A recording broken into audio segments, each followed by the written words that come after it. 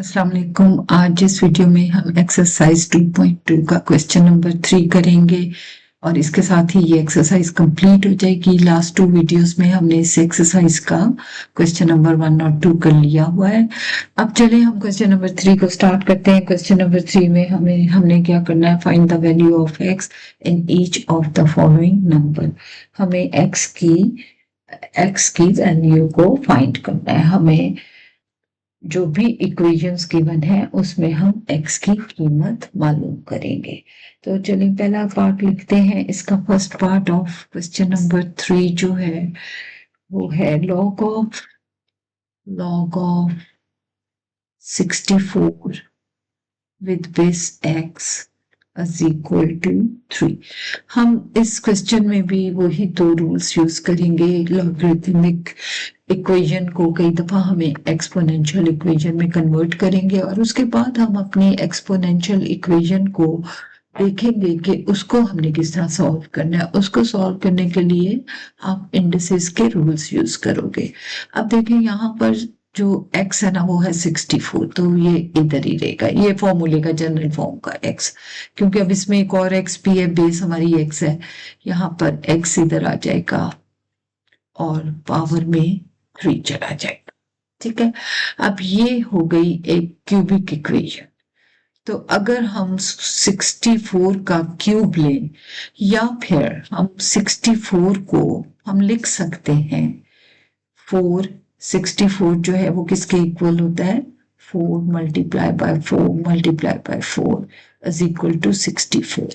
तो हम 64 के बजाय हम लिख देते हैं x raise to the power 3 4 raise to the power 3। अब दोनों बेसिस जो है, दोनों पावर्स जो हैं इक्वेशन की 3 हैं, ये पावर्स एक दूसरे से कैंसल हो जाती हैं। होती कैसे कैंसल है, हम दोनों साइड पे क्यूब रूट ले लेते हैं। क्यूब रूट की कुव्वत क्या होती है, उसकी कुव्वत होती है 1/3। जब आप इसकी दोनों साइड पे क्यूब रूट लोगे तो उसकी जो कुव्वत होती है वो 1/3 होती है, 1/3 होती है। तो ये दोनों सिंप्लीफाई हो जाएंगे और आपके पास x की वैल्यू क्या आ जाएगी, 4 आ जाएगी। लेकिन आप अगर सिंपली हम इंडिसेस के रूल्स को यूज करेंगे तो भी क्या होता है कि अगर पावर सेम हो, कुव्वत बराबर हो दोनों साइड पे, जैसे कि इधर भी x के ऊपर भी 3 है तो 4 के ऊपर भी 3 है, तो x 4 के इक्वल होगा। बेसिस फिर सेम होती है। ठीक है, ये एक बहुत इंपॉर्टेंट रूल है इंडिसेस का। अब इसका सेकंड पार्ट करते हैं। सेकंड पार्ट है हमारे पास log of 1 with base 5 equals x। ठीक हो गया, यहाँ पे 1 रहेगा, यहाँ पे 5 आ जाएगा, x पावर में चला जाएगा। अब ये है आपकी पहले जो बनी थी वो क्यूबिक इक्वेशन बनी थी, ये एक्सपोनेंशियल इक्वेशन है। जब x पावर में चला जाता है तो उस इक्वेशन को हम एक्सपोनेंशियल इक्वेशन कहते हैं। अभी हमने डिस्कस किया है, कर चुके हैं कि 1 जो होता है x, जैसे 5 रेज टू द पावर 0 किसके इक्वल होगा, 1 के इक्वल होगा।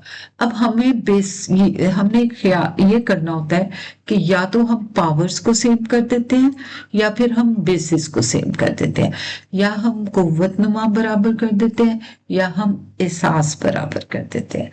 तो अब हमारी जो इक्वेशन है 5 raise to the power x, दूसरी तरफ है 1। 5 raise to the power x और 1 की जगह हम लिख देते हैं 5 रेज टू द पावर 0। और अब क्योंकि दोनों की बेसिस 5 है, सेम है, तो इनकी पावर भी बराबर होगी, x इज इक्वल टू 0 होगा। ये हो गया इसका सेकंड पार्ट। अब हम इसका थर्ड पार्ट करते हैं।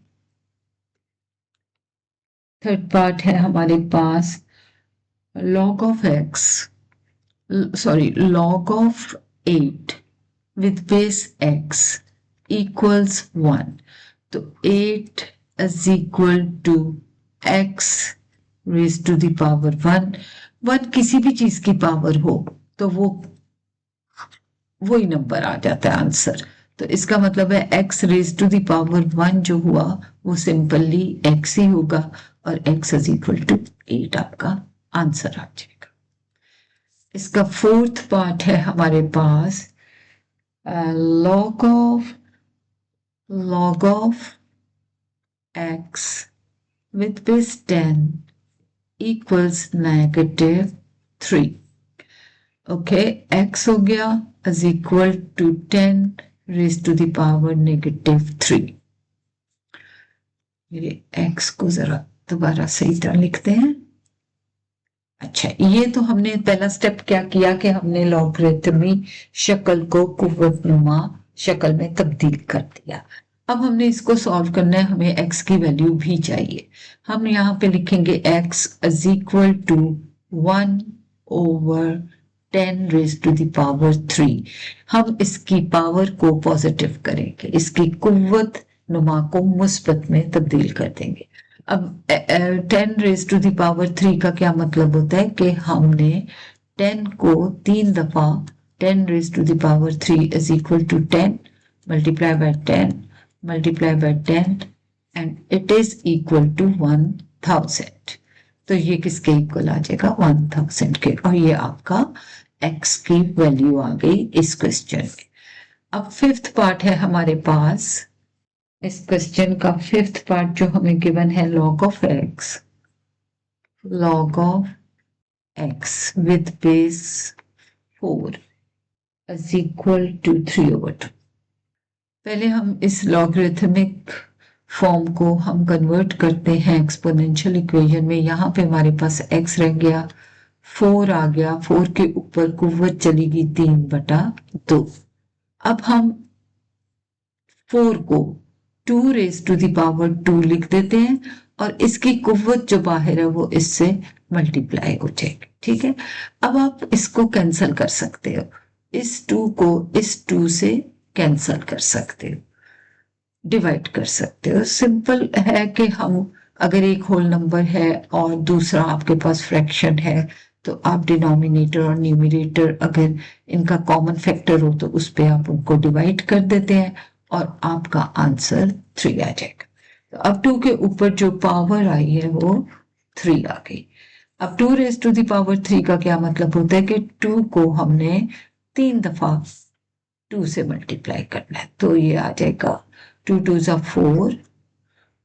इधर डायरेक्ट आंसर लिख देती हूँ, 2 2 ज़ा 4 और 4 2 ज़ा 8। The value of x is 8। ठीक हो गया, ये क्वेश्चन 5 पार्ट भी हो गया आपके पास। अब हमारे पास लास्ट पार्ट है इस क्वेश्चन का, वो है सिक्स्थ पार्ट। और सिक्स्थ पार्ट में हमें क्या गिवन है? log of 1024 with base 2 equals x। अब हमने क्या करना है कि पहले तो हम इसको एक्सपोनेंशियल इक्वेशन आएगी 1024 is equal to 2 raised to the power x। Exponential equation की बेस है 2।